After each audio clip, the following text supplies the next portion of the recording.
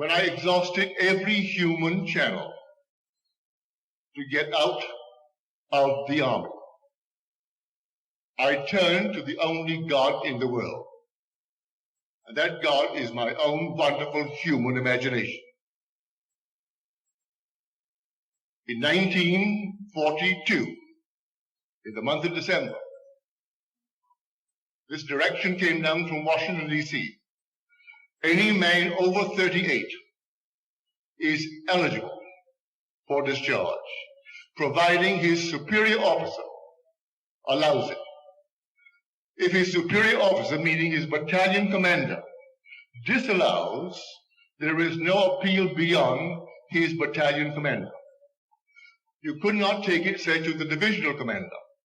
It stops with the battalion commander. This came down in 1942 in the month of December. They gave a deadline on it. This would come to an end on March the 1st of 1943. So anyone 38 years old before March the 1st, 1943 was eligible. All right? That is Caesar's law. I got my paper, made it out. They had my record, my date. I was born in 1905 on the 19th of February. So I was 38 years old before the 1st of March of 1943. So I was eligible. Turned it in to my battalion commander, who was Colonel Theodore Bilbo. His father was a senator from Mississippi. I turned it in.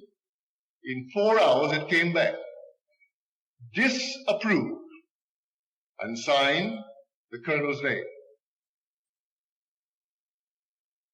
That night, I went to sleep in the assumption that I am sleeping in my apartment house in New York City. I didn't go through the door. I didn't go through the window. I put myself on the bed. I went right into my home that I knew so well. But I conditioned it. I could be there on furlough, a 2-week furlough.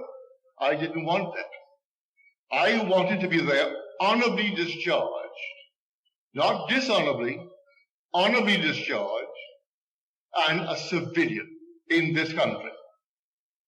So I slept in that assumption. At 4:15 in the morning, there came before my inner eye a piece of paper, not unlike the one that I had signed that day.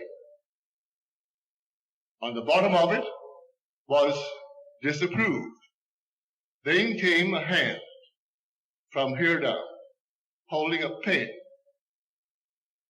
And then the voice said to me, "That which I have done, I have done. Do nothing." Scratched out disapproved. I wrote in big bold script, approved. And then I woke. I did nothing.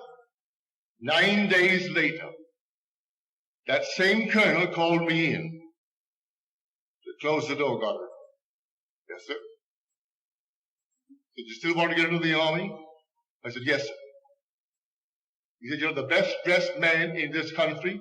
Wears the uniform of America? I said, yes, sir. You still want to get into the army? Yes, sir. Yes, him to death, as I sat before him.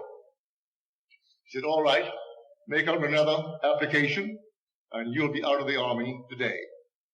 Went back to my captain, told him what the colonel had said, made out another application, and he signed it, and that day I was out of the army, honorably discharged. That's all that I did. I went right into my home as a discharged soldier of our army, and I'm a civilian.